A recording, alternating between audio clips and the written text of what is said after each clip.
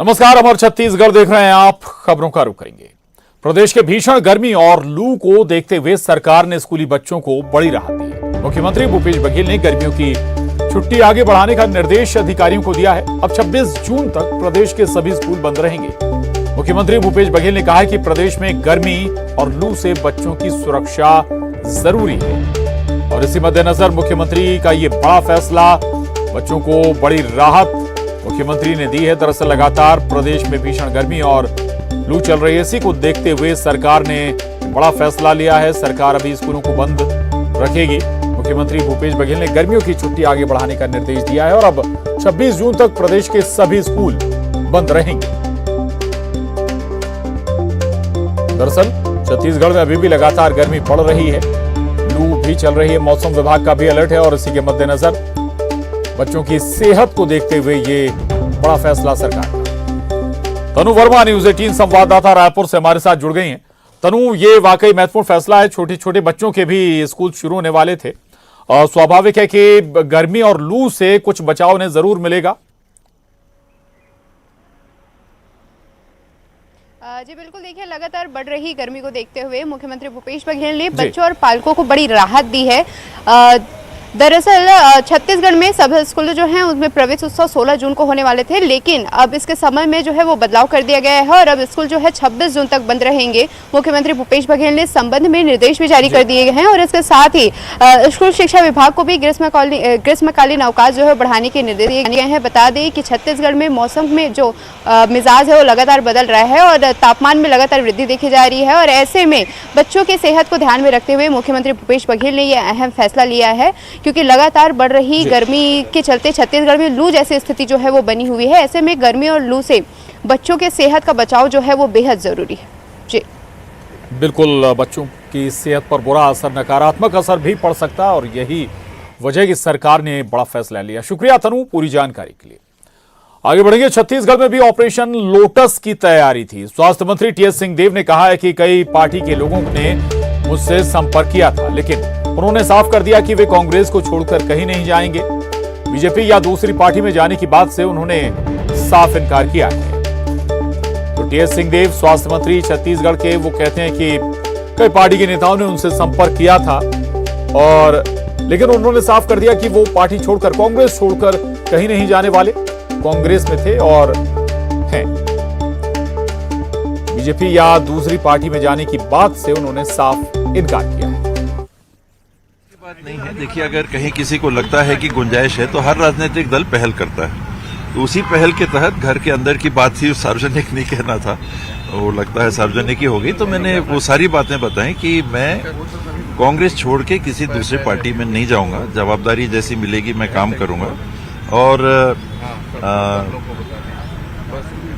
कई दलों ने संपर्क किया। एक सच्चाई है कि क्योंकि ये सार्वजनिक तौर पे कहने की बात नहीं, उनके लिए भी पार्टी प्राइवेट मुलाकात थी, मुझे सार्वजनिक मैं कह भी नहीं सकता, नाम भी नहीं ले सकता, लेकिन जरूर सही बात है कि सबने संपर्क किया था। तो एक चर्चा राजेश भाई ने छेड़ दी थी कि भाई बाबा ने बोला है कि 100 जनों में भाजपा नहीं जाऊंगा, मैं कुछ नहीं बोलता तो वो बात आधी सी रह जाती।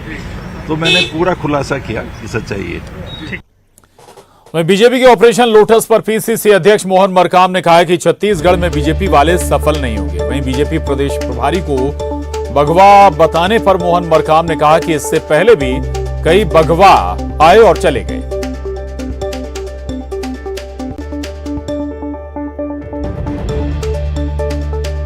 देखिए, हमारे वरिष्ठ नेता आदरणीय टीएस सिंहदेव साहब वरिष्ठ नेता हैं। भारतीय जनता पार्टी कई प्रलोभन देने का प्रयास करती है, मगर कांग्रेस के सच्चे सिपाही कांग्रेस के साथ रहेंगे और कांग्रेस के साथ ही रहेंगे। देखिए, ऑपरेशन लोटस जिस ढंग से अन्य प्रदेशों में, चाहे मध्य प्रदेश हो, गोवा हो, चाहे कर्नाटक में करने का प्रयास किया, उसमें सफल भी हुए, मगर छत्तीसगढ़ में भारतीय जनता पार्टी सफल नहीं होगी। और पांचों संभाग में संभागीय सम्मेलन करने के बाद कांग्रेस ने आज विधानसभा चुनाव की तैयारियों को लेकर बड़ी बैठक की। मंत्री रविंद्र चौबे के आवास पर हुई बैठक में प्रदेश प्रभारी कुमारी शैलजा, मुख्यमंत्री भूपेश बघेल, पीसीसी अध्यक्ष मोहन मरकाम, गृह मंत्री ताम्रध्वज साहू, मोहम्मद अकबर सहित पार्टी के कई बड़े नेता शामिल हुए। बैठक में पार्टी ने चुनाव को लेकर रणनीति पर चर्चा की। पार्टी बूथ चलो अभियान चलाएगी। इसके साथ ही कांग्रेस के बड़े नेता बूथों की समीक्षा करेंगे। पार्टी की अगली बैठक 22 जून को होगी। देखिए 22 तारीख को हम लोग फिर से बैठेंगे और जो अन्य विषयों पर जो चर्चाएं नहीं हुई है उन विषयों पर भी हम लोग चर्चा करेंगे, क्योंकि चुनाव 2023 नजदीक है। इसलिए हम लोग विस्तार से हर मुद्दों पर, किन मुद्दों को लेकर हम जनता के बीच में जाएंगे, सभी मुद्दों पर, सभी पहलुओं पर हम लोग विचार कर रहे हैं। और युगल तिवारी हमारे साथ जुड़े हुए हैं। युगल, कांग्रेस में चुनावी तैयारियां जोर शोर से चल रही हैं, लगातार संभागीय सम्मेलन भी आयोजित हो रहे हैं, क्या और अपडेट? देखिए प्रशांत, अगर हम बात करें चुनावी तैयारी की, तो जो भी राष्ट्रीय जो राजनीतिक दल हैं वो सभी तैयारी में जुटे हुए हैं। बीजेपी की एक और अलग से बैठक चल रही है। उसके उलट अगर हम देखें तो कांग्रेस भी ताबड़तोड़ बैठक है वो लगातार कर रही है। सभी संभागों में बैठकों का दौर है, वो अभी हाल ही में खत्म हुआ है।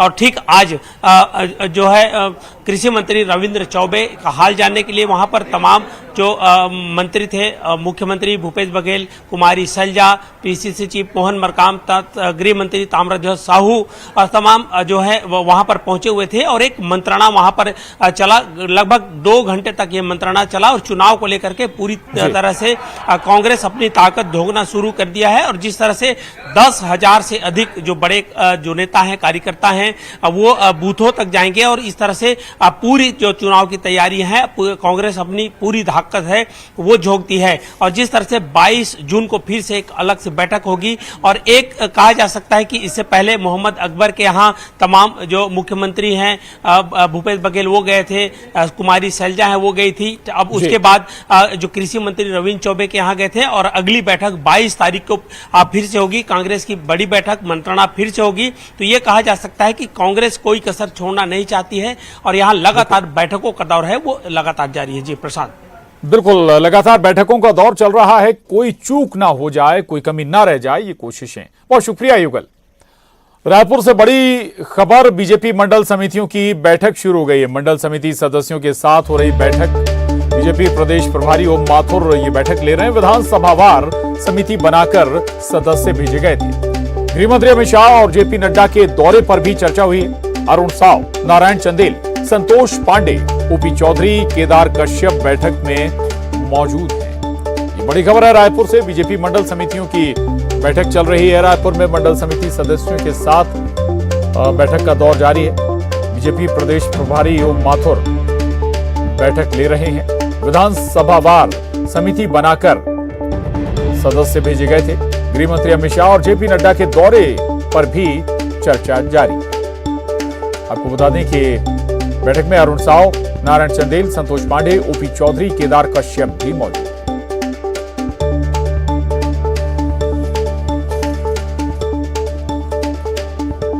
ये तस्वीरें देख रहे हैं आप बीजेपी की बैठक से जुड़ी हुई, बड़ी बैठक है। बैठक तमाम दिग्गज बीजेपी के छत्तीसगढ़ से जुड़े हुए इस बैठक में मौजूद हैं और प्रदेश बीजेपी प्रभारी ओम माथुर बैठक को ले रहे हैं।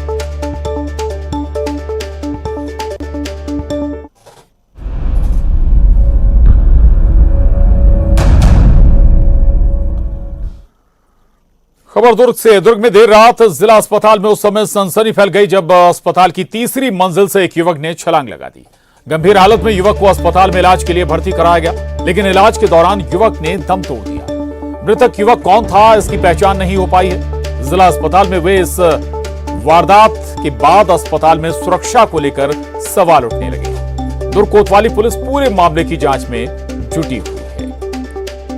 दुर्ग का ये मामला है जहां अस्पताल में तब सनसनी फैल गई जब अस्पताल की तीसरी मंजिल से एक युवक ने छलांग लगा दी। गंभीर हालत में युवक को अस्पताल में इलाज के लिए भर्ती कराया गया, लेकिन इलाज के दौरान ही युवक ने दम तोड़ दिया।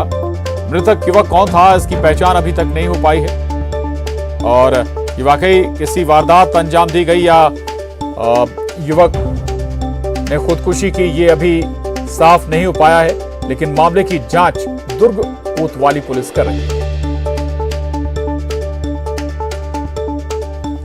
हालांकि सुरक्षा पर सवाल जरूर उठ रहे हैं इस घटना के बाद। आखिर कैसे या अगर वारदात हुई तो कैसे अस्पताल के अंदर वारदात हुई, या फिर कैसे एक युवक ने मौत को गले लगा लिया तीसरी मंजिल से कूदकर।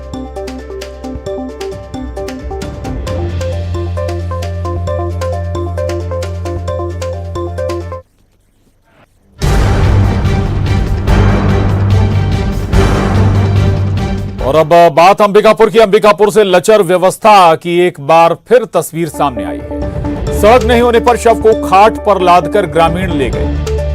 पटकुरा पंचायत के आश्रित गांव घटून में पहुंचने के लिए सड़क नहीं है। ऐसे में या मरीज हो या मृतक के शव उन्हें खाट पर लादकर ही लोग अपने गांव लाते और ले जाते हैं। 200 की आबादी वाले घटून गांव में मूलभूत सुविधाओं की भारी कमी है। सड़क बनाने की मांग गांव वाले अधिकारियों से लेकर जनप्रतिनिधियों से कर चुके हैं, लेकिन उनकी समस्या का समाधान आज तक नहीं हो पाया।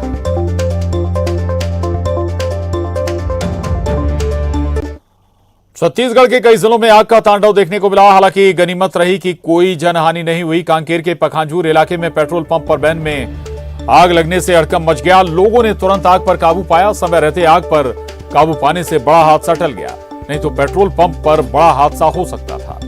बिलासपुर के बुधवारी बाजार की सब्जी मंडी में भीषण आग लग गई है। आग की चपेट में आने से 80 से अधिक गुमटियां जलकर खाक हो गई। लाखों रुपए के नुकसान की आशंका जताई जा रही है। वहीं कड़ी मशक्कत के बाद फायर ब्रिगेड की टीम ने आग पर काबू पाया है। दुर्ग के कातरो गांव में एक मकान में आग लग गई। मकान में रखा सारा सामान जलकर खाक हो गया।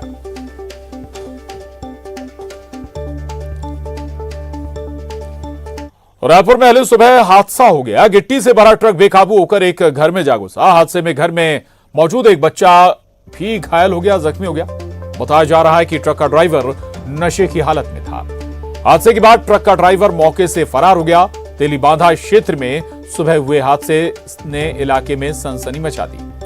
पुलिस आरोपी ड्राइवर की तलाश कर रही है। उधर गरियाबंद के देवभोग में नेशनल हाईवे पर यात्री बस हादसे का शिकार हो गई। तेज रफ्तार बस पेड़ से टकरा गई। हादसे में 12 से ज्यादा यात्री घायल हुए।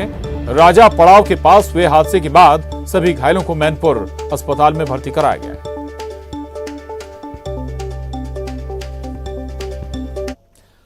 प्रदेश के कई जिले में हाथियों का उत्पात जारी है। जशपुर के पत्थलगांव इलाके में हाथी ने 2 घरों को नुकसान पहुंचाया है। साथ ही हाथी ने घर में रखे अनाज को भी खा लिया। बताया जा रहा है कि पत्थलगांव के बंधनपुर सरायटोला चिकनी पानी में ये हाथी घूम रहा है।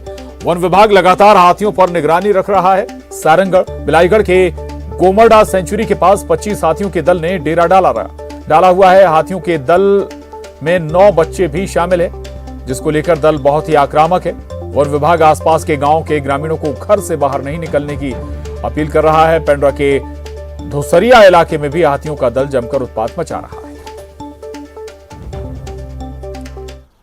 उधर गरियाबंद और धमतरी में शिकारियों पर वन विभाग की टीम ने बड़ी कार्रवाई की है। गरियाबंद में पेंगोलिन और सांभर का शिकार करने के आरोप में 9 शिकारियों को गिरफ्तार किया गया है। गिरफ्तार लोगों के पास वन्य जीवों के अंग भी वन विभाग की टीम ने जब्त किए। उधर धमतरी में चीतल का शिकार करने के आरोप में 10 लोगों को गिरफ्तार किया गया। शिकारियों ने कांटा कुर्री डीही गांव में चीतल का शिकार किया था। और विश्व रक्तदाता दिवस पर जगदलपुर में जवानों और युवाओं ने बढ़ चढ़कर रक्तदान किया है।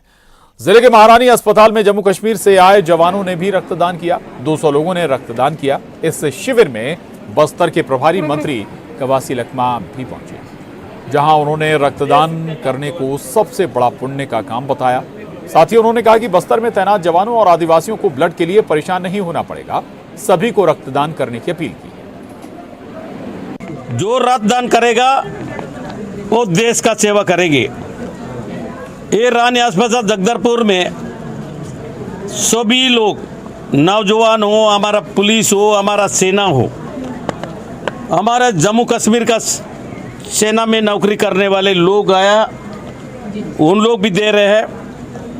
मैं रक्त देने वाले लोगों को सबसे पहले सेना के लोग आ रहे दे रहे हैं। हमेशा हमारा हिंदुस्तान का सेना, चाहे भूकंप हो, बाढ़ हो, चाहे कोई भी काम में हिंदुस्तान का सेना आगे रहता है, उसी का परिणाम।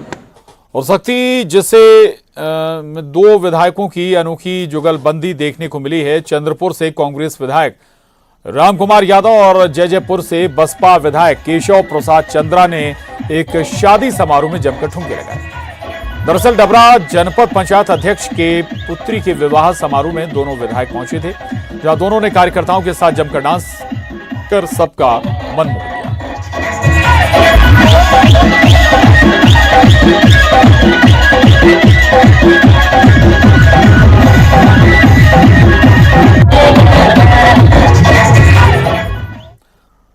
और अब रुख करेंगे सिटी टॉप 20 का। छत्तीसगढ़ में भीषण गर्मी को लेकर सीएम भूपेश